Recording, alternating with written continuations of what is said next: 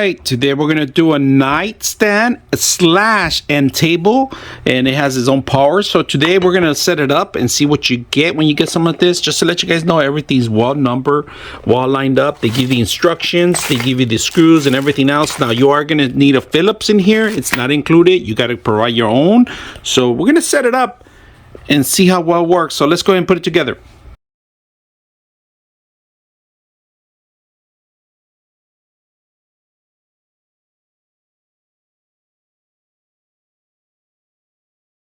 Today we're going to take a look at an end table, but it also could be a nightstand. Now the great thing about this, it has a power station on the side. They give you 1, 2, 3, 4 power stations, 2 USB type A's and 1 type C. Now the great thing about it, they give you a couple layers so you can actually set up your books or any kind of objects that you need to have. On the top you can put your lamp or anything else. So very simple to assemble. Love the aesthetics of it, and it goes in any kind of environment. So I hope you guys enjoy the video.